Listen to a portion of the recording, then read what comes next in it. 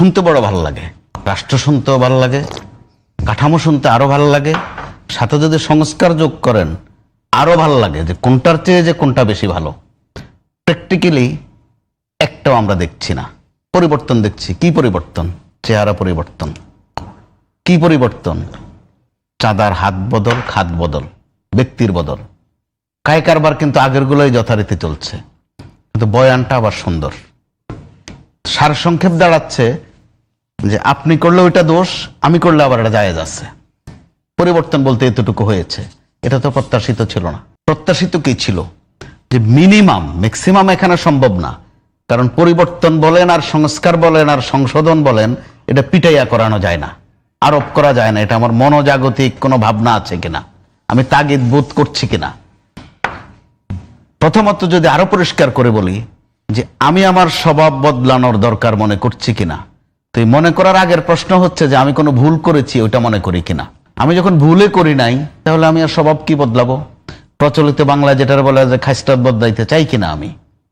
আবার একটা কথা আছে বাংলায় যে পরিবর্তন হইতে বা সংশোধন হইতে টাকা লাগে না। কি লাগে? নিয়ত লাগে, যে আমার ইচ্ছা আছে কিনা, যে আমিও প্রচুর ভেজাল করেছি, এটা সংশোধন হওয়া দরকার। তো এর আগ পর্যন্ত আমাদের এখানে এসেছে যে আমি যখন ব্যাপক অন্যায়, অবিচার, জুলুম করেছি, আমার উপর যখন আরোপ করা হয়, তখন আমি বলি যে না, আসলে পরিবর্তন হওয়া দরকার। তো আমার নিজের পরিবর্তন হওয়া দরকার কিনা ওইটা কিন্তু বলি না, বলে যে পরিবর্তন হওয়া দরকার, অর্থাৎ আপনি যেন ভালোভাবে চলেন, আমার যা করার আমি করে ফেলেছি। এটা হচ্ছে সার কথা। আমরা কি একবারও ভেবেছিলাম যে সংস্কার করতে করতে আমরা যে শব্দটা উচ্চারণ করেছি, এটার আরেকটা প্রতিশব্দ হয়ে যাবে সংশোধন? কল্পনাও করিনি। এখন আপনি দেখেন কোনটা সংস্কার আর কোনটা সংশোধন, ব্যাখ্যায় কিন্তু দুই পক্ষই করা, যুক্তি মারাত্মক সবার। যেমন তারা জ্ঞানী মানুষ, পলিটিশিয়ানরা বরাবরই যে কারো চেয়ে জ্ঞানী। আমার পাশে একজন শিক্ষক আছেন, আমি গণমাধ্যমে কাজ করি। এর চেয়েও বড় বিষয় আছে, একটা অভিধান আছে, বাংলা একাডেমিও আছে, আর বিভিন্ন জায়গায় আছে। একজন রাজনীতিবিদ যখন একটা কথা বলা শুরু করেন, দেখবেন যে এটা শুদ্ধ হয়ে যায়। আমাদের নেতা কর্মীরা ওইটা গিলে নেয়, যে না, লিডার বলেছে তো। তাদের শক্তিটা এত বেশি। তো গত কয়েকদিন আমি সংসদে যখন এই যে সংস্কার আর সংশোধন নিয়ে আলাপ শুনি এবং বিতর্ক শুনি, যে মাশাআল্লাহ পারফরমেন্সে কেউ খারাপ না, কে ইংরেজি ভালো পারেন, কে কোরআন তেলাওয়াত ভালো পারেন। দেখেন একটা কম্পিটিশন হয়, হয়তো বা মমতাজের গান হয় না, ওই কর্নার থেকে বিনোদন আসে না, বিনোদন কিন্তু মাশাআল্লাহ ভালো আসে। কার দাড়ি আছে, কার টুপি আছে, কে নামাজ বেশি পড়েন, কে হিজাব পড়েন, হিজাবের ভিতরে কি আছে। আমাদের তো প্রশ্ন আসে যে আমরা একসময় গালিগালাজ গুলো শুনতে শুনতে বিরক্ত হয়ে গেছি, যে একটা গালির রেট কত পড়ে সংসদে, 1 মিনিটে খরচ কত, একটা গালিতে কত সেকেন্ড লাগে, তাহলে দেশের কত টাকা গেল গালি শুনতে অথবা মমতাজের গান শুনতে। তো এখন যদি আমরা প্রশ্ন করি 2 দিন পরে, প্রশ্ন অবশ্যই আসবে যে হিজাব আর বোরকা নিয়ে কয় মিনিট আলোচনা করেছিলেন, রাষ্ট্রের কত ক্ষতি করেছিলেন। যদি প্রশ্ন আসে, অভিযোগ এসেছে জামাত বা কোনো নেতার বিরুদ্ধে যে তিনি কোথায় পরকীয়া করেছেন, কার ভ্রূণ নষ্ট করেছেন, যে ভ্রূণ নষ্ট বাবদ আলোচনায় কত সর্বনাশ করেছেন বাংলাদেশের, এই প্রশ্ন কিন্তু অবান্তর নয়। আপনাদের তো কমিটমেন্ট ছিল যে সংসদ হবে সকল কাজের কেন্দ্রবিন্দু। সকল কাজ বলতে কি এই আলোচনা? এই গেল একদিক। ইংরেজি কে কত মাশাআল্লাহ ভালো পারেন আমাদের মোটামুটি জানা আছে ভাই, আর আমরা যারা কম জানি তারা কত কম জানি ওইটাও আবার জানি। ওনারা সংসদে কিন্তু ইংরেজি কম্পিটিশন করেন, কার উচ্চারণ কত সুন্দর, করতে করতে কোরআন তেলাওয়াতেও চলে আসেন, একজনের পর একজন দাঁড়াচ্ছেন, আস্তিন গোটাচ্ছেন, খিচুনি দিচ্ছেন। ওনাদের প্রতি মনে রাখা দরকার আছে, এইসব খিচুনিতে যদি ওভারকাম করা যেত, তাহলে তো ওবায়দুল কাদের বাংলাদেশে এখনো থাকেন বীরত্বের সাথে। এইসব আস্তিন গোটানো আর ইয়ারকি মস্করা করাতে যদি কামিয়াবি হওয়া যেত, তাহলে তো এখন হতো হাসান মাহমুদের বাংলাদেশ, হয়নি তো? এই বাস্তবতা তাদের মানতে হবে। তার চেয়ে বড় কথা, যে 2 দলের সংসদ সদস্যরা এখানে আছেন, শুধু সংসদ সদস্য বললে বোধহয় একটু গুনাহ হয়ে যায়, মাননীয় সংসদ সদস্য বলতে হবে। রাষ্ট্র তাদেরকে এই প্রিভিলেজ দিয়েছে, সংসদ তাদেরকে এই প্রিভিলেজ দিয়েছে। তাদের কেউ কেউ তো এতদিনে যদি শেখ হাসিনা থাকতেন ফাঁসি হয়ে যেত। তাদের কেউ কেউ তো গুম থেকে আর আসতেন কিনা সন্দেহ আছে। তো ওই জায়গায় আমরা মধ্যবিত্ত ঘরের মধ্য চিন্তা অনুযায়ী তো মনে হয় যে একটু একটু টুকটাক শুকরিয়া নামাজ পড়তে পারতেন 2-1 জনে, যে কোত্থেকে কোথায় এসেছেন। কিন্তু ওনাদের সংসদের এখনকার যে পারফরমেন্স, যেইভাবে এক পক্ষ আর এক পক্ষকে খোঁচান, তাচ্ছিল্য করেন, মস্করা করেন, ভেংচি কাটেন, তাতে মনে হয় যে এই লোকগুলা প্রায় চলে গিয়েছিলেন, বাংলাদেশ থেকে হারিয়ে গিয়েছিলেন। তাদের তো শুকরিয়া বলেন আর নফল নামাজ বলেন একটু একটু হলেও দরকার ছিল, কিন্তু কারোর মধ্যে কিন্তু আমরা এই প্রবণতা দেখি না। যদি এমনটা হয়ে থাকে যে ঠিক আছে একটু খোঁচাখুচি না করলে মানুষ খুব একটা খাবে না, একটু মেকি কিছু একটা করি, একটু চোখ টিপ দেই, আপনি একটু খেপেন আমি একটু খেপি, এটা ভিন্ন কথা। আর যদি এমন হয় যে না একটু বিরোধিতা দরকার আছে, ওই প্রশ্নে বলবো এখনকার বিরোধী দল আর আগের বিরোধী দল একটু তফাৎ থাকা উচিত। বাংলাদেশে একবার হয়েছিল 90 সালে, পতন হয়েছে সরকারের, পালায় বিরোধী দল। তখনকার প্রধানমন্ত্রী মিজান চৌধুরী রসিকতা করে বলছিলেন যে এই বছরের সেরা আশ্চর্য কি, উনি আবার জবাব দিলেন যে পতন হয়ে সরকারের, পালায় বিরোধী দল। কারণ তখন একটা বিরোধী দল ছিল, এটাকে গৃহপালিত বলা হতো, আজ্ঞাবহ বলা হতো, খয়ের খা বলা হতো। শেখ হাসিনাকে ফেসিস্ট বলে যে আমরা গালিটা দিচ্ছি, স্বৈরাচার বলছি, তাকে এই ফেসিস্ট পর্যায়ে আনার পেছনে তখনকার বিরোধী দলটার সিংহভাগ অবদান ছিল। আওয়ামী লীগের চেয়েও তারা কিন্তু টেবিলে কিলিয়েছেন। আওয়ামী লীগ এক হাতে টেবিল কিলালে জাতীয় পার্টির লোকেরা দেখতাম 2 হাতে কিলায়। তো ওই প্রশ্নের জন্য বলছি যে মন্দের ভালো যে জামাতের নেতৃত্বে যে 11 দল আছে, তার সরকারের বিভিন্ন ত্রুটি বিচ্যুতি ধরে মাঝে মধ্যে, এটা ভালো, মন্দের ভালো।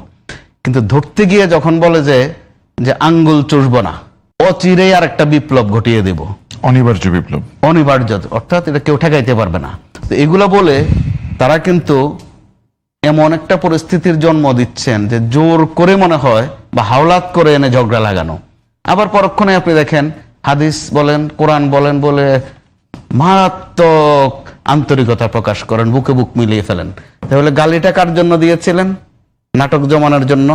আর বুকে বুক মিলান জনগণকে দেখানোর জন্য, অর্থাৎ একটা আপনার রাজনীতির জন্য, একটা জনগণকে দেখানোর জন্য। আবার এই ফাঁকে কিন্তু আবার ওয়াশিং মেশিনও চান।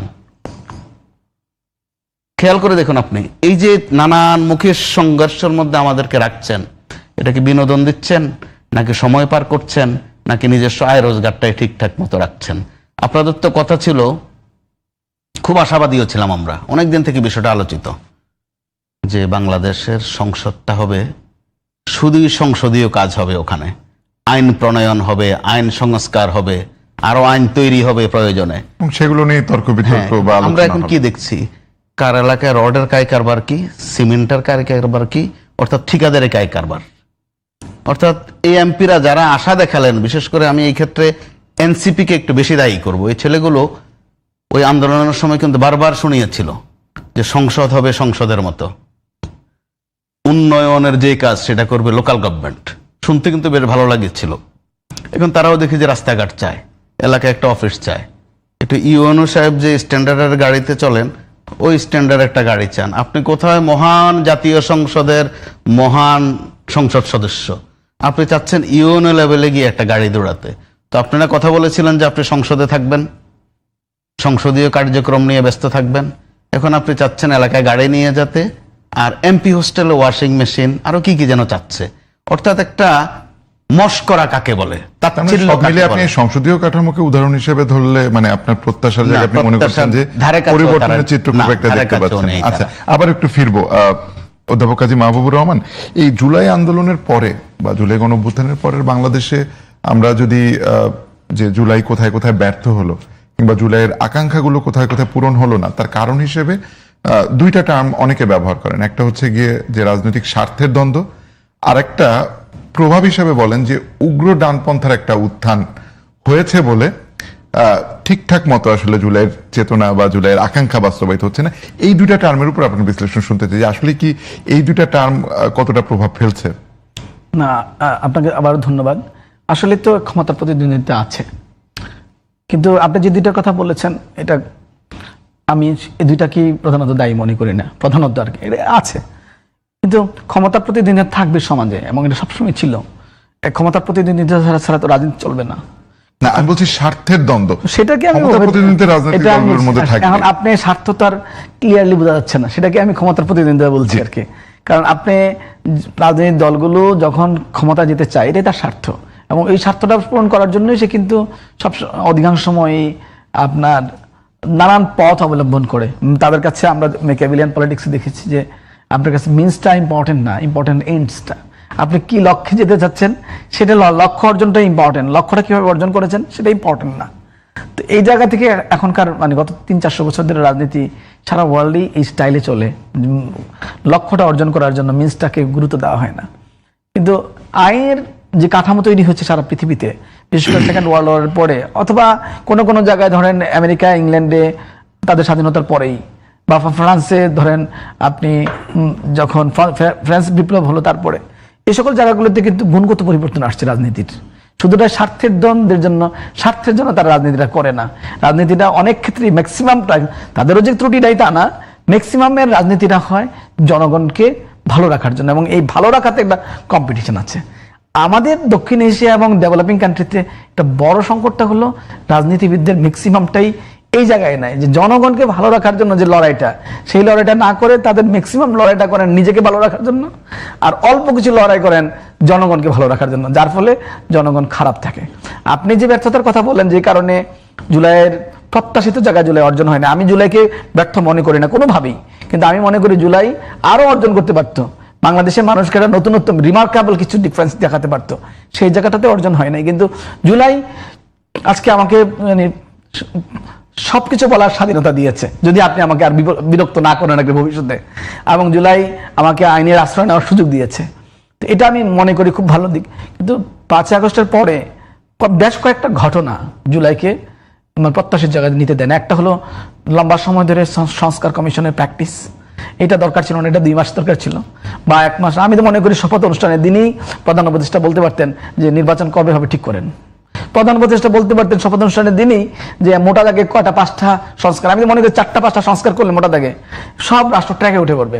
কিন্তু আপনি তো সংস্কারের যেই শাখা প্রশাখা খুলে বসলেন, এগুলো নিয়ে এত আলোচনা দরকার নেই, কারণ আপনি মৌলিক বিষয়গুলোতে একমত হবেন, পরে সংস্কার করার সময় তো আপনাকে বিভিন্ন জায়গায় পরিবর্তন করতে হবে, এটা ব্রডার জায়গায় ইমপ্লিমেন্টেশনের সময়। কিন্তু শুরুতেই যেভাবে সংস্কারটাকে একটা আলিশান, একটা সব আমি বলবো অ্যাম্বিশিয়াস প্রজেক্ট হিসাবে, এবং এইভাবে যেভাবে দীর্ঘমেয়াদী, এবং সবাই কিভাবে বসছে কি করছে এটা নিয়ে কত বিতর্ক, আরো অনেক কিছু আছে। এটা যদি মানে ওনাদের মধ্যে বিজ্ঞ লোকরা যদি এটাকে এভাবে না নিয়ে, এবং সংস্কার কমিশনগুলোতে যারা ছিলেন তাদের ম্যাক্সিমাম এই 5 আগস্টের আগে কর্তৃত্ববাদ বিরোধী, ফেসিবাদ বিরোধী লড়াই তার নাই। আমি ঢাকা ইউনিভার্সিটিতে অনেক লোকের দেখেছি যাদেরকে গত 1 দশক ধরে আমি দেখিনি কোনদিন, তারা বিভিন্ন সংস্কার কমিশনে আছে। কিন্তু আমরা যারা গত 1.5 দশক ধরে এই কর্তৃত্ববাদ বিরোধী লড়াই করছি, তারা কোনো সংস্কার কমিশনে নাই। তারা ম্যাক্সিমাম, আমি ঢাকা ইউনিভার্সিটি দেখছি ম্যাক্সিমাম লোকেই মানে যারা লড়াইয়ে ছিল, তারা ম্যাক্সিমাম এখনো খুব বেশি কোনো জায়গায় তারা যেতে পারে নাই। তো ব্যাপার ক্ষমতা কাঠামোতে তারা কিভাবে আত্মীয় স্বজন, প্রফেসর সাহেব ম্যাক্সিমাম অনেক সময় দেখা গেছে যে আপনারাও জানেন, আত্মীয় স্বজন বিভিন্ন কোটা, বিভিন্ন জায়গাতে গ্রামীণ ব্যাংক, এইসব। এটা তো এটাই ছিল আপনার জুলাইকে ব্যর্থ করার প্রধান কারণ হলো ক্ষমতা কাঠামোতে যথার্থ লোকের নিয়োগ হয় নাই। যথার্থ লোক মানে গত 15 বছর কর্তৃত্ববাদ বিরোধী লড়াইয়ে যার ভিশন ছিল, লড়াইয়ে যে অব্যাহতভাবে নিজেকে রক্ষা করতে পেরেছিল, মানে কোনোভাবে কম্প্রোমাইজ যায় নাই, সেই লোকটা তার লড়াইয়ের কষ্ট আছে, সেই জন্য সে জুলাইকে টিকে ফেলতো। কিন্তু আপনি যারা নিয়েছেন জুলাইতে, মানে জুলাই পরবর্তী সময় ক্ষমতা কাঠামোর পরিবর্তনে, সেই লোকটার তো কোনো কষ্ট নাই, সে এনজয় করেছে। এই জন্য আমি দেখেছি অনেক মন্ত্রীদের নাম বলতে পারি যারা বিদেশে ঘুরে গিয়েছে, স্ত্রীকে নিয়ে গিয়েছে, বিভিন্ন কূটনীতিক পাড়ায় যখন দাওয়াতে গিয়েছি, গিয়ে দেখি ওনারা নাচ গান করছেন। তো এই যে ব্যাপারটা আমি অনেকের মধ্যে এনজয়িং একটা মোড দেখেছি। তো জুলাই হওয়ার পরে কোনো সময় আমি জুলাই 3-4 মাসের মধ্যে দেখলাম যে ঢাকা ইউনিভার্সিটিতে গাছ লাগানোর জন্য আপা আসছেন। আমার কাছে খুবই আশ্চর্য লাগলো, 3 মাস জুলাইয়ের পরে এইরকম একটা রক্তাক্ত বিপ্লবের পরে কি পরিমাণ কাজ থাকার কথা, কি পরিমাণ দিন রাত ঘুমানোর কথা না তাদের। তো গাছ লাগানোর সময় পাচ্ছে কোথায়? গাছ লাগানোর জন্য তো একদম পরিবেশ মন্ত্রী আসতে হয় না। যেখানে জুলাই বিপ্লব, সেখানে আপনি পুরো রাষ্ট্র কাঠামো পরিবর্তন করবেন। সেখানে আমার কাছে মনে হয়েছে যে ওনারা বোধহয় বিপ্লবটা বুঝতে পারছেন না। কারণ আসলেও এই যে আপাকেও বলছি, হয়তো মানে তরুণদের উদ্ধার করার জন্য পুলিশ কমিশনার ওখানে গিয়েছেন, কিন্তু আমরা যারা রাস্তায় ছিলাম, রাস্তায় থাকার তো যে কোনো মুহূর্তে মৃত্যুবরণ করতে পারেন, ওনারা তো রাস্তায় প্রসেশনে ছিলেন না, ওনারা এলিট ভাবে নিজেকে উদ্যোগ নিয়েছেন। এই এলিটের মন্ত্রিসভাটা আফটার উপদেষ্টা পরিষদ, 5 আগস্ট, হ্যাঁ উপদেষ্টা পরিষদ, এলিটের উপদেষ্টা পরিষদ, এটা যদি ইভেন বিপ্লবীদের মধ্যে থেকে কেউ যদি প্রধান উপদেষ্টা হতো, আজকে জুলাই এই লেভেলে পৌঁছে না। প্রধান উপদেষ্টা যদি ওই সময় হয়তো ইন্টারন্যাশনাল রিকগনিশনের জন্য দরকার ছিল, আসলে অনেক ক্রাইসিস আছে নানান জায়গা থেকে ব্যাপারটা, কিন্তু ওনার কাছে যে প্রত্যাশাটা ছিল জুলাইকে নিয়ে অনেক কিছু করেছেন। আমি প্রফেসর ইউনূসকে ডিসক্রেডিট দিব না, কিন্তু আরো তো অনেক আশা ছিল। আসলে সেই আশাটা এই নূরজাহান বা আদার্স অন্যদেরকে না নিলে এবং আপনি দেখেন স্বাস্থ্য খাতে কি প্রবলেম তৈরি হয়েছে, এগুলো তো মানে জুলাই তো দূরের কথা, ন্যূনতম সাধারণ যে রাজনৈতিক অধিকার মানে রাজনীতিতে যেটা পাওয়ার কথা সেটা কিন্তু অনেক নিশ্চিত করতে পারে নাই। আমি সেই জায়গাতে বলছি যে আপনি জুলাইকে সাকসেসফুল করতে পারতেন, আজকে না 5 আগস্টের পরে বলেছি যে প্রথম ধরেন সেপ্টেম্বর থেকে বলা শুরু করেছি যে জুলাইকে সফল করতে হলে ক্ষমতা কাঠামোর পরিবর্তন সঠিকভাবে করতে হবে। আজকেও বিএনপি সরকারকে ওইটাই একই কথা বলি, যদি বিএনপি সরকার সাফল্য অর্জন করতে চায়, সাফল্য মানে হয়তো অনেক জায়গায় সফলতা আসছে না তা না বিএনপি সরকারের, কিন্তু পরিপূর্ণ সফলতা অর্জন করতে চায় আগামী নির্বাচনে বিএনপি যদি একটা সাকসেসফুল দল হিসেবে যেতে চায়, সাকসেসফুল সরকার হিসেবে যেতে চায়, তাহলে ক্ষমতা কাঠামোতে বিএনপিকে চিন্তা করতে হবে সেই লোকগুলোকে যারা গত 17 বছর 2006 সাল থেকে যখন অন্তর্বর্তী সরকার আসলো, লাস্ট অন্তর্বর্তী সরকার, বিএনপির লড়াইটা কিন্তু লাস্ট অন্তর্বর্তী সরকার থেকে ফখরুদ্দিন সরকার থেকে শুরু করে এই ইউনূস সাহেবের সরকার পর্যন্ত যারা দাঁড়িয়েছিল বিএনপির জন্য, সেই লোকগুলোর মধ্যে কোয়ালিফাইড লোকগুলো যদি বিএনপি ক্ষমতা কাঠামোর পরিবর্তন করে তাহলে তারা বিএনপিকে ওন করবে। আর বাকি যারা হাইব্রিড হবে অথবা যারা চুপ ছিল অথবা যারা সুবিধাভোগী ছিল অথবা যারা মাঝখানে আওয়ামী লীগের সাথে অ্যাটাচ ছিল হয়ে নিজেরা সুবিধা নিয়েছে, তাদেরকে যদি ক্ষমতা কাঠামো আনতে চায় বা নিয়ে আসে তাহলে কিন্তু সরকারের ভূমিকার জায়গাটা আমি আবার ফিরবো। আমরা একটা বিরতিতে যাওয়ার আগে মুস্তফা কামাল আপনার কাছে ছোট্ট করে জানতে চাই যে অনেকে বলছিলেন যে যেমন গতকালই একজন রাজনৈতিক নেতা বলেছেন যে 5 আগস্টের সময় তো আসলে মানুষ শুধু শেখ হাসিনার পতন চেয়েছে। আমি ব্যক্তিগতভাবে মনে করি যে আকাঙ্ক্ষার জায়গা শুধুমাত্র যে পতন ছিল এটি একদম নির্দিষ্ট করে বলাটা খুব কঠিন, আমি এটা ব্যক্তিগতভাবে মনে করি। আপনি আপনার কাছে জাস্ট 2 মিনিটে তারপর বিরতিতে যাব যে রাজনীতিবিদরা কি মানুষের ওই যে মনের ভাষাটা সেটা বুঝতে কোনোভাবে ব্যর্থ হয়েছেন? মাঝে মধ্যে তারা রাজনীতিবিদদের মনের ভাষাটা আমার আপনার চেয়ে একটু বেশি করে বোঝে, কারণ তারা জনগণের সাথে এত মেলামেশা করে, বুঝে যে এই মুহূর্তে কোনটা বললে ভালো হবে। আমরা টেলিভিশনে টিআরপি একটা শব্দের সাথে পরিচিত, পত্রিকার জগতে বলা হয় সার্কুলেশন। আর রাজনীতিবিদরা বোঝেন যে এই মুহূর্তে কোনটা বললে তিনি এটা সংবাদ শিরোনাম হতে পারবেন, আলোচনায় থাকতে পারবেন। আর সাম্প্রতিক শব্দ হচ্ছে ভাইরাল হওয়া। আগে এই শব্দটা বলা হতো যে আমি হিট হয়েছি কিনা, যে এমন একটা বলে আশপাশে আবার জিজ্ঞাসা করে বললাম যে কেমন হয়েছে, মিডিয়াতে আসবে তো ঠিক মতো। অর্থাৎ ওনারা চালাকি চাতুরিতে অত্যন্ত এক্সপার্ট। এই চালাকি চাতুরিটা কার সাথে করেন? প্রথমত জনগণের সাথে করেন, কিন্তু দুঃখজনকভাবে 24-এর সাথেও করেন। একসময় 71-এর সাথে করেছেন, 90-এর সাথে করেছেন, 24-এর সাথে করছেন, বিশেষ করে জুলাইয়ের সাথে। এর পরিণতিতে কি হয়েছে? এখন উচ্চারণের সামান্য একটু ঘাটতি, জুলাই আর ঝুলাই শুনতে কাছাকাছি। আমাদের কুমিল্লা অঞ্চলে কিন্তু প বর্গ, জ বর্গ, চ বর্গ এগুলো নিয়ে সব মহাপ্রাণে চলে যায়। পানি বলতে গিয়ে ফানি বলে ফেলি, পুলিশ বলতে গিয়ে পুলিশ বলে ফেলি, ওরা জুলাই বলতে গিয়ে ঝুলাই বলে ফেলে। কেন? এটা কিন্তু বেদনা থেকে। জুলাই ব্যর্থ নয়, জুলাইয়ের চেতনা নিয়ে একটা দোকানদারি চলছে বাংলাদেশে স্পষ্ট। 90ও ব্যর্থ নয়, 71 তো ব্যর্থই নয়। আপনি খেয়াল করে দেখুন, 71 নিয়ে একটা দীর্ঘ দোকানদারি চলেছে। ওই দোকানদারকেও আমরা চিনি, কাস্টমারদেরকেও আমরা চিনি, আর পণ্যগুলোও চিনি। তো সেটার কি পরিণতি হয়েছে? আজকের জুলাইওয়ালাদের কিন্তু এটা ভাববার বিষয় আছে। এই নিয়ে যে ফেরিওয়ালা একটা কারবার চলছে জুলাই নিয়ে, এতে করে জুলাই ব্যর্থ না, হয়তোবা জুলাইয়ের ফ্রন্ট লাইনাররা ব্যর্থ হয়ে গেছেন এরই মধ্যে কয়েকজন। একটু 1 মিনিটে শেষ করে ফেলি। জুলাইয়ের সূচনাতে কি ছিল? শিক্ষা শব্দটা খুব ব্যবহৃত ছিল। এরপরে শিক্ষার্থী। শিক্ষা আর শিক্ষার্থী শুধু 2টা শব্দ নয়, কাগজ আর কলম নয়। এখানে শিক্ষা আছে, শিক্ষার্থী আছে, শিক্ষা প্রতিষ্ঠান আছেন, শিক্ষক আছেন, অভিভাবক আছেন, বিশাল এক ভলিউম। শিক্ষার একটা সর্বনাশ তারা করে গিয়ে গেছেন। এবারের এসএসসির আপনি তথ্যগুলো দেখেন, প্রায় প্রথম দিনে 24,784 জন অনুপস্থিত। ভাবতে পারেন আপনি, ঝরে যাওয়া যেটা। শিক্ষা মন্ত্রণালয়ের শব্দ হচ্ছে ড্রপ আউট। সমান্তরালে আরো দুঃখজনক তথ্য, আমাদের শিক্ষক কত ড্রপ আউট হয়ে গেছেন। বিভিন্ন ইউনিভার্সিটিতে কতজন শিক্ষক যে অনুপস্থিত এখন পর্যন্ত হালনাগাদ কোনো তথ্য নেই। ওনারা কোথায় গেছেন? এইমাত্র গত সপ্তাহে বোধহয় গোপালগঞ্জ বিজ্ঞান ও প্রযুক্তিতে 17 জনকে অনেকদিন ধরে খুঁজে পাওয়া যায় না, এই জন্য ওনাদেরকে অব্যাহতি দিয়ে গেছেন। আমাদের ঢাকা বিশ্ববিদ্যালয় থেকে শুরু করে বিভিন্ন বিশ্ববিদ্যালয় আছে, ভিসি স্যাররা কই আছেন সবাই খোঁজ খবর পাওয়া যায় না। মাঝে মাঝে চিপা চাপাই 2-1জনরা পাওয়া যায়, পোলাপান ছবি তুলতে গেলে ওনারা দৌড় দেন, তার মানে আছেন, জীবিত আছেন। কি পরিণতিতে আমরা পড়েছি? শিক্ষায় যে ঝরে পড়ার যে মাত্রাটা এসেছে, সংখ্যাটা তো আমি বললাম। আরেকটা মহা সর্বনাশ, যেটা আমরা আজ পর্যন্ত কবে উদ্ধার পাবো অর্থনীতি। ব্যবসায়ী মানে হচ্ছে ভিলেন, ব্যবসায়ী মানে হচ্ছে সে কালো জগতের মানুষ।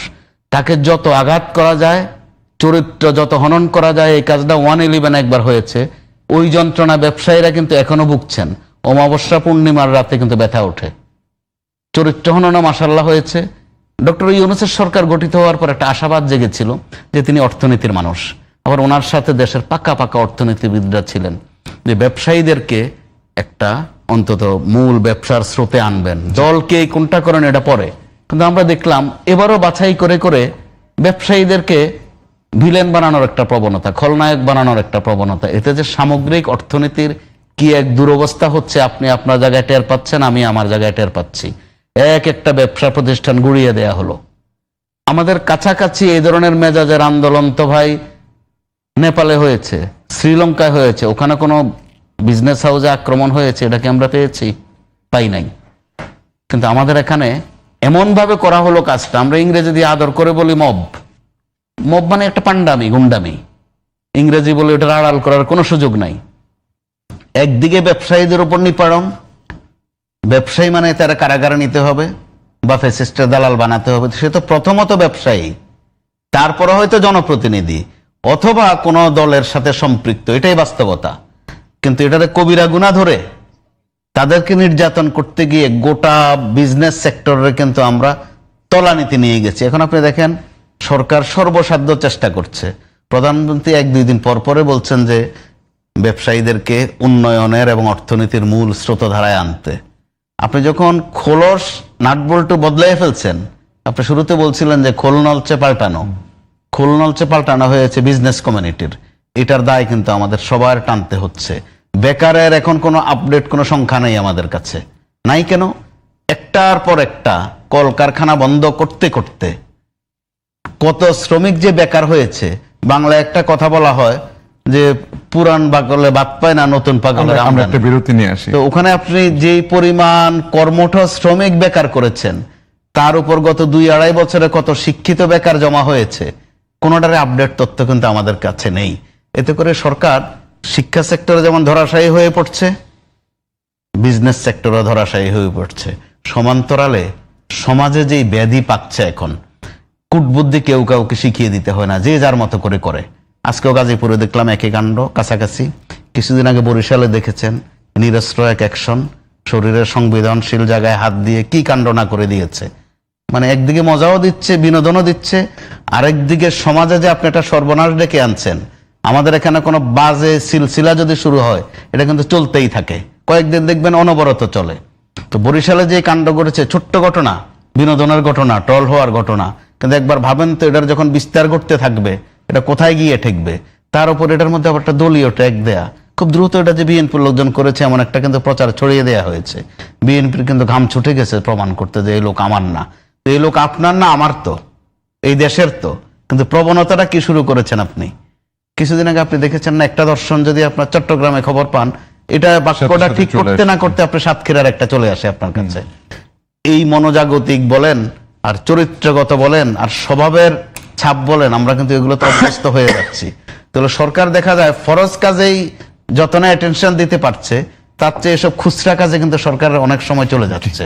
এটা আমাদের সামগ্রিকভাবে কারোর জন্যই কিন্তু কল্যাণের নয়। সরকারকে ব্যর্থ গালি দিতে পারবেন 2 দিন পরে, এটা খুব সোজা কাজ। সরকারের সমালোচনা করা বাংলাদেশের সবচেয়ে সোজা কাজ। আমরা হয়তো 2 দিন পরে শুরু করব এটা, কিন্তু সরকারের চেষ্টাকে যে মার খাওয়াচ্ছি পদে পদে, যেটা ডক্টর ইউনূসকেও আমরা কিন্তু এই ডিস্টার্বটা করেছি। প্রত্যেক দিনে তার বোধহয় খাওয়া দাওয়া ঠিক মতো হয়নি কোনোদিন। যমুনার সামনে চলে গেছে আজকে রিক্সাওয়ালারা, পশু ঝাড়ুওয়ালারা, মাছ বরাবর আবার রেলওয়ের শ্রমিকরা, কেউ ওখান থেকে খালি হাতে ফিরেনি। কিন্তু অনেকটা খাজা বাবার দরবারের মতো কেউ খালি হাতে ফিরেনি, কিছু একটা নিয়ে ফিরেছে। ফিরতে ফিরতে ওই সরকারটাকে ব্যর্থ করার পেছনে ওই দুষ্টামিগুলা যেমন জড়িত ছিল বা সম্পৃক্ত ছিল, আর বাজে সিলসিলা শুরু হলে এটা থামে না, যেটার আক্রান্ত কিন্তু এখন সরকার। বাংলাদেশের রাজনৈতিক কাঠামোর মধ্যে মানে সরকার বা রাষ্ট্র কাঠামোর পরিবর্তনটা আমরা তো মানে দেখতে পাচ্ছি এখন পর্যন্ত। একটা সরকারের বয়স মাত্র 4-4.5 মাস, এবং তার আসলে তার একটা ভীষণ সে রেখেছে, সেটির দিকে কত দূর আগাবে, কিভাবে আগাবে। মোস্তফা কামাল বলছিলেন যে ডিস্টারবেন্স গুলো থাকলে বা অন্যদিকে ফোকাস না সরলে সরকারের জন্য সুবিধা হয় একটু। কিন্তু পলিটিক্যাল প্র্যাকটিস যেটা, সেটাতে কি আসলে 5 আগস্ট পূর্ববর্তী পলিটিক্যাল প্র্যাকটিস বা এখনকার পলিটিক্যাল প্র্যাকটিস এইটার মধ্যে কোনো পার্থক্য দেখেন কিনা? কামাল ভাই বলছিলেন এটা আসলে কিছুটা পার্থক্য কিন্তু হয়েছে, যেটা সংসদের আলোচনায় উনি বলছিলেন যে আগের যে বিরোধী দল বলতে আমরা যা বুঝতাম যে বিশেষ করে শেখ হাসিনার আমলে তো আপনি দেখছেন 2 হাতে, যেটা বললেন 2 হাতে টেবিল চাপড়ানো, এবং ফেসিবাদের জন্য তো উনি খুব চমৎকার একটা কথা বলেছেন। ফেসিবাদের জন্য আমরা খালি আওয়ামী লীগই দায়ী করি, ফেসিবাদের জন্য আওয়ামী লীগের চেয়েও কম দায়ী না জাতীয় পার্টি। কারণ জাতীয় পার্টি যদি এই নির্বাচনগুলোতে এভাবে না থাকতো কখনই আওয়ামী লীগ নির্বাচনগুলো করতো না এবং এই জায়গা যেত না।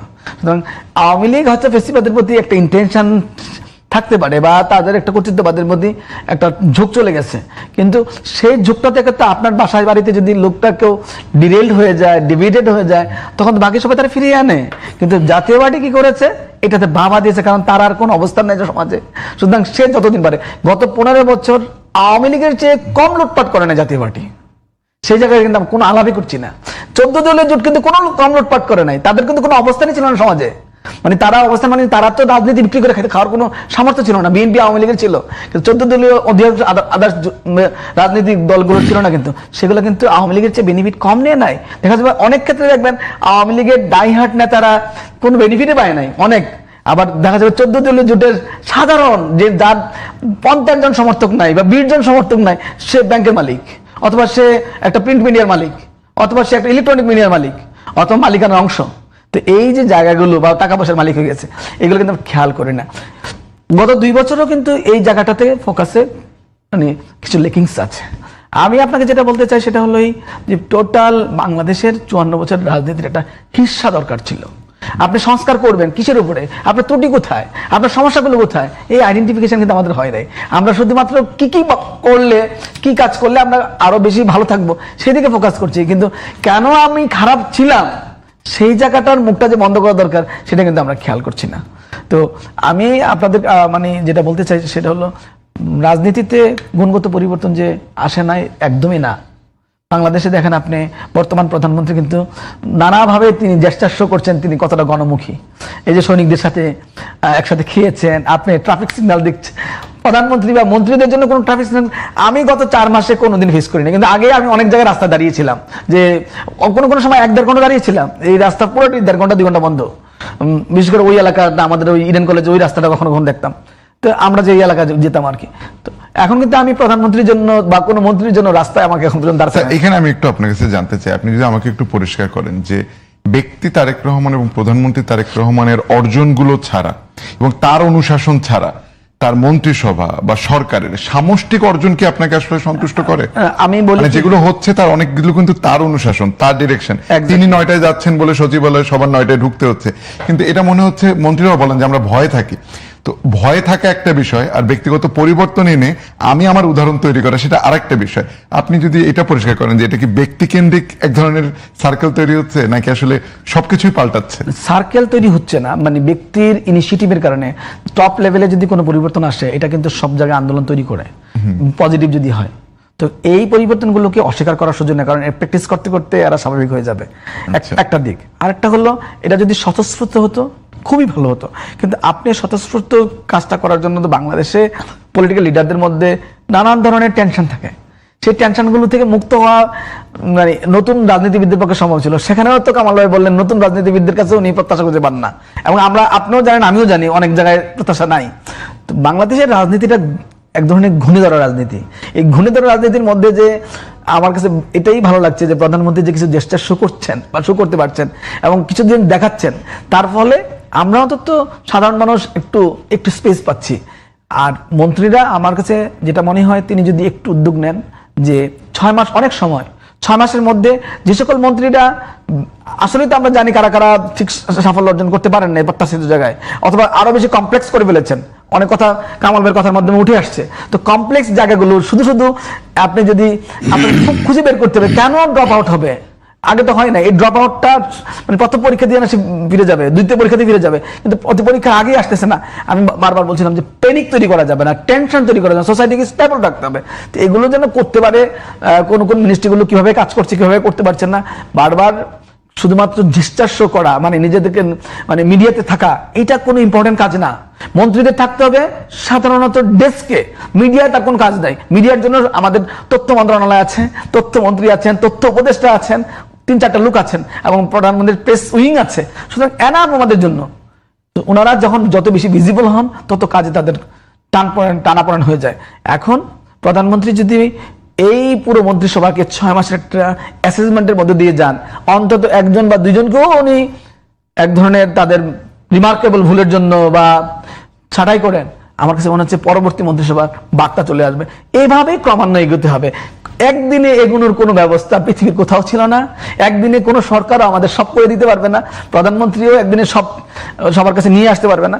আমার প্রত্যাশাটা একটুকুই, আপনি স্ট্যাটাস কোতে যা আমার আছে সেটা ঠিক রাখেন, সেটার গুণগত মান দেন। আমি অনেকেই আমাকে বলে, ইভেন এটা কিন্তু আলেকজান্ডার ক্ষেত্রে একটা গল্প আছে এরকম, যে আমার যা আছে, ঈশ্বর আমাকে যা দিয়েছে, সৃষ্টিকর্তা আমাকে যা দিয়েছে, আল্লাহ আমাকে যা দিয়েছে, আমি সেটা নিয়ে থাকি, সেটার গুণগত মান। বর্তমান সরকারকে আমি ধন্যবাদ দিব যদি তারা আমাদের এখন যে ইনফ্রাস্ট্রাকচার আছে সেটার মধ্যে যেন আমাদের কোনো অভাব না হয়। আমি যেন আমার মৌলিক অধিকার থেকে বঞ্চিত না হই, আমি যেন আমার আইনের অধিকার থেকে বঞ্চিত না হই, আমি যেন কোনো ওয়াটার ইলেকট্রিসিটি এসব থেকে দুর্নীতির শিকার না হই, আমি যেন পুলিশের মাধ্যমে কোনো হয়রানির শিকার না হই। এইটুকু আমার নিশ্চিত করেন, বাকিটা যতটুকু পারেন দেন। এটাই হবে বাংলাদেশের নতুন বাংলাদেশের প্রাথমিক প্রত্যাশা। মোস্তফা কামাল, আমি একদম শেষ ইস্যুতে যাওয়ার আগে আপনার কাছে যেটা জানতে চাই যে জুলাই আমরা বেশ মানে দৃশ্যমান কিছু তরুণ নেতৃত্ব পেয়েছিলাম। হ্যাঁ, এবং আপনি তো জুলাইয়ের দোকানের কথাও বললেন যে এই দোকান এবং অনেকে এটা ক্রেডিট নেওয়া। আপনি কি কোনোভাবে মনে করেন যে জুলাইয়ের যারা সামনে এসেছিল তাদের কোথাও কোথাও বিচ্যুতির কারণে জুলাই নিয়ে সাধারণের মনে এক ধরনের আতঙ্ক তৈরি হয়েছে? জি, হয়েছে। প্রথমত তারা আশা বেশি দেখিয়েছিলেন। আবার আমাদের একটা জাতিগত বৈশিষ্ট্য আছে, আমরা যখন কাউরে মাথায় তুলি, এতই তুলি আসমানে তুলে ফেলি, আবার যখন নিচে নামাই পায়ের নিচেও জায়গা রাখি না তার জন্য। জুলাইয়ের এই ফ্রন্টলাইনার যারা, তাদেরকে আমরা বলতে বলতে আল্লাহ প্রদত্ত আবাবিল পাখিও বলে ফেলেছি, বলার আর অবশিষ্ট রাখি নাই। আর চে গুয়েভারা তো মাঝে মধ্যেই বলি, কার্ল মার্কস বলি, আইনস্টাইন বলি, কত কিছু বলি, মাস্টার মাইন্ড, সোনামণি, জাদুমণি তো বলি, এর নিচে নামি না। এখন তারাও আবার কিছু আশা দেখিয়েছে, এটাও তো সত্য, এটা করবে তো সেটা করবে। তো একটা পর্যায়ে দেখা গেল তারা একটা নতুন শব্দও কিন্তু আমাদেরকে শুনিয়েছে, শুনতে ভীষণ মজা, নতুন বন্দোবস্ত। শুনতে ভালো লাগে এসব শব্দ, কিন্তু দেখা গেল অল্প সময়ের মধ্যে তারাও কিন্তু প্রথাগত বন্দোবস্তের দিকে চলে গেল, অল্প সময়ের মধ্যে, অর্থাৎ সংসদে যাওয়া। তো তারা সংসদে না গেলেও কিন্তু ফ্রন্টলাইনার, সংসদে না গেলেও তারা জুলাই যোদ্ধা, এই তথ্য অস্বীকার করা যাবে না। তার আগেই তো তারা সরকার কাঠামোতে ছিলেন, তার আগেও সরকার কাঠামোতে ছিল, সেটা মধ্যবর্তী। শুধু মধ্যবর্তী কেন, ওখানে গুলা তিনেক ছিলেন। 5 আগস্টে এমন অবস্থা ছিল, তারা যদি বলতো যে আমরা একটা সরকার গঠন করলাম আজকে শহীদ মিনারে, সবাই বলতো আহা বেশ বেশ বেশ। তো ওইটা তো তারা যায় নাই, অর্থাৎ তারা বিপ্লবী ধারা যায় নাই, যার জেরে পরবর্তীতে তারা ওই প্রথাগত ব্যবস্থাতে এসেছে। প্রথাগত ব্যবস্থায় আসাতে তাদেরকে মূল্যায়নটা কিন্তু এই প্রথাগত মূল্যায়নে হবে। বিপ্লবী সরকার হলে কিন্তু প্রশ্ন আসতো না। এখন আপনি কি দেখেন, এখন কিন্তু আর বিপ্লবী বলা হয় না, যে 24-এর 5 আগস্ট যেটা হয়েছে এটা বিপ্লব ছিল না। তাহলে কি ছিল, গণ অভ্যুত্থান? না, তেমন গণ অভ্যুত্থানও না, কি যে একটু হাউকাউ। দেখেন আপনি শব্দের স্কেলটা দেখেন, যেটা 71 নিয়েও কিন্তু একটা পর্যায়ে বাংলাদেশে চলেছে বা এখনো চলছে গন্ডগোল। মুক্তিযুদ্ধও না, জনযুদ্ধও না, স্বাধীনতার সংগ্রাম না, একটু গন্ডগোল। জুলাই নিয়েও এখন সেটা হয়েছে। এরা যদি এমপি নাও হতেন তারপরও তারা কিন্তু আদরিয়ে থাকতে পারতেন, কিন্তু এমপি হতে গিয়ে তারা যে কাণ্ড কীর্তিটা করেছেন, ক্ষণে বিএনপির সাথে একটু একটু দেন দরবার করেছেন, এসব তথ্য কিন্তু লুকানো নেই। আসন কয়টা দিলে রাজি হবেন, পরবর্তীতে জামাতের তারা রীতিমতো কবজায় চলে গেছে। এর মধ্যে দিয়ে জামাত কিন্তু ভালো লাভবান হয়েছে, যে জুলাইয়ের সৈনিকরা আমাদের সাথে আছে, তাদের ডেকোরেশনটা সুন্দর হয়েছে। মাঝে দিয়ে জুলাইয়ের এই হাফ ডজন অর্থাৎ 6 জন, তারা কিন্তু দেখেন সংসদে খুব বাজে অবস্থায় আছে, সেটা খেয়াল করবার মতো বিষয়। তাদেরকে যখন বলা হয় যে সংসদে এইভাবে হাঁটছেন কেন, হাঁটার সময় মাথাটা একটু নোয়াতে হয়, এটা কিন্তু মেসেজ। বলা হয় একটু মনে রাখবেন, এটা কিন্তু শাহবাগ স্কয়ার নয়, এটা কিন্তু ছোট্ট একটা খোঁচা। এতে করে তারা কিন্তু জ্বলে পড়ে যাচ্ছে, ভুল করেছে সেটাও বলতে পারছে না, আবার খুব শুদ্ধ হতে পারবে এরকম কোনো বার্তাও নেই। মাঝে মধ্যে শোনা যায় যে তারা জামাতের সাথে গিয়ে একটু লস করে ফেলেছে, তাদের কয়েকজন কিন্তু অলরেডি তাদের থেকে ছুটে গেছেন। এখানে তো বিতর্কত একটা কথা আছে, এটা তো উল্লেখ করতে হবে। ডক্টর ইউনূস বললেন তারা আমার মাস্টার মাইন্ড। তো আমি যদি সাদা মাটা বাংলা করি, মাস্টারও ইংরেজি, কোন মাস্টার বুঝাবে? ঢাকা ইউনিভার্সিটির মাস্টার বুঝাবে না স্কুলের মাস্টার বুঝাবে? মাইন্ডও ইংরেজি। যদি সাদা মাটা বাংলা করি, পাটাতন ধরতে পারে ক্ষমতার ভিত্তি। তো এই ক্ষমতার ভিত্তিরা যে 5-6টা ভাগ হয়ে গেলেন, যিনি তাদের অভিভাবক ডাক দোহাই দিয়েছেন বলে তো আমরা কোনো তথ্য পাই নাই। যদি সত্যি ডক্টর ইউনূস তাদের অভিভাবক হতেন, তাদেরকে ডাক দোহাই দিয়ে হলো এক জায়গায় রাখতেন, সেটা তিনি রাখেননি। আর আমাদের প্রথাগত রাজনৈতিক দল বিএনপি বলেন, আওয়ামী লীগ বলেন আর জামাত বলেন, অথবা আমাদের পেশায় আসেন, রাজনৈতিক দল বাদ দেই, আমাদের যারা প্রথাগত মুরব্বী আছে তারা কিন্তু আপনার আমার অ্যাক্টিভিটিস খুব একটা পছন্দ করেন না। যে যা বুঝার ওনারাই বুঝেন। রাজনীতিতে এই ব্যারামটা কিন্তু আর বেশি। তারুণ্যকে সহ্য করা, তারুণ্যকে একটু জায়গা দেয়া, এটা বড় কৃপণতা আছে এখানে। তো এই কৃপণতার মধ্যে পড়ে সাম্প্রতিক সময়ে গত কয়েকদিন থেকে আমরা আবার যেটা তথ্য পাচ্ছি যে এনসিপি জামাতের সাথে একটা দূরত্ব আনুষ্ঠানিক জানাবে। তো যাদের জন্মের আগেই আধাবেলা বিএনপির কোলে যেতে হয়, পরের বেলা জামাতের কাছাকাছি গিয়ে সাফায়াত নিতে হয়, আর যোগফলে গিয়ে হাফ ডজন হতে হয়, এদেরকে নিয়ে কিন্তু মায়া যেমন লাগছে, আবার হতাশাও আছে, ভয়ও আছে। ভয় আছে। এখানে একটু মোস্তফা কামাল একটু থামাই, 30 সেকেন্ডে শেষ করে আমার হাতে আর জাস্ট 2 মিনিট সময় আছে, আমি আপনাদের 1 মিনিট করে সময় দিই। আচ্ছা, আমি ওই 1 মিনিটে শেষ করে ফেলি। আচ্ছা, আপনি শেষ করেন। ওই ক্ষেত্রে তিউনিসিয়ার কথা আমার খুব বারবার মনে হয়। তিউনিসিয়ায় কিন্তু এরকম একটা বিপ্লব হয়েছিল, পরিপূর্ণ বিপ্লব। ওই বিপ্লবের নায়কদের কারো লাশ পাওয়া গেছে ড্রেনে, কেউ কেউ নিরুদ্দেশ হয়ে গেছে, কাউকে কাউকে দয়া মায়া কোটায় বিদেশ পাঠিয়ে দেয়া হয়েছে। এখনো কারাগারে আছে তিউনিসিয়ার ওই ছাত্ররা যারা বৃদ্ধ হয়ে গেছে। আমাদের এই তরুণদের কিন্তু ভাবতে হবে যে তারা এখনো সঠিক কোনো একটা পথ বেছে নেবে কিনা। তাদের কয়েকজনের বিরুদ্ধে যেই নানান অভিযোগ উঠেছে, দুর্নীতি সহ নানান কিছু, এখনো সময় আছে তাদের সেটা পরিষ্কার করার। কারণ তাদের প্রতি একটা আদর বলেন, স্নেহ বলেন, মমতা বলেন, তারা যেটা পেয়েছে বাংলাদেশে ক্ষেত্র বিশেষে 90তেও পায়নি কিন্তু ছাত্ররা। এবার তারা যেটা পেয়েছে, তাদের ডাকে হেমিলনের বাঁশিওয়ালার মতো শিশুরা এসেছে, শিশুদের পেছনে পেছনে মাও এসেছে, পেছনে পেছনে বাবাও কিন্তু 1 বোতল পানি নিয়ে চলে এসেছে। এই প্রাপ্তির মর্যাদা তারা কিভাবে দিবে, কিভাবে নিজেদেরকে সংশোধন করবে, কিভাবে প্রশ্নগুলো থেকে তারা মুক্ত হবে, এই ডিসিশন তাদেরকে নিতে হবে, ওই রাস্তাও তাদেরকে বের করতে হবে।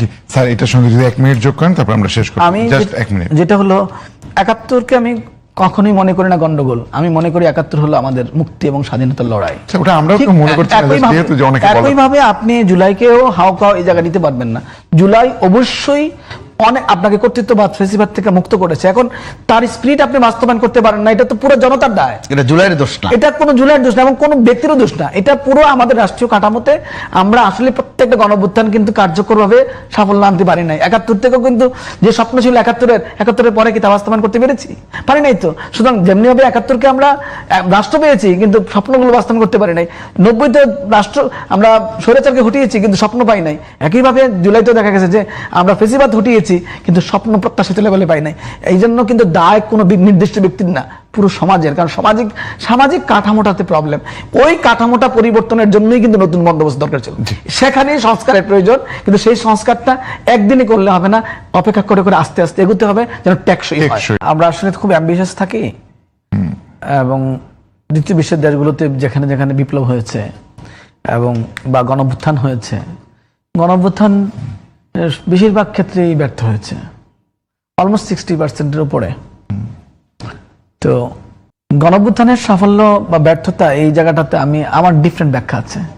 সেই ব্যাখ্যাটা হলো আপনি অলরেডি যে পরিস্থিতিতে ছিলেন সেই পরিস্থিতি থেকে মুক্তি পেয়েছেন কিনা, প্রথম সাফল্য হলো এটা।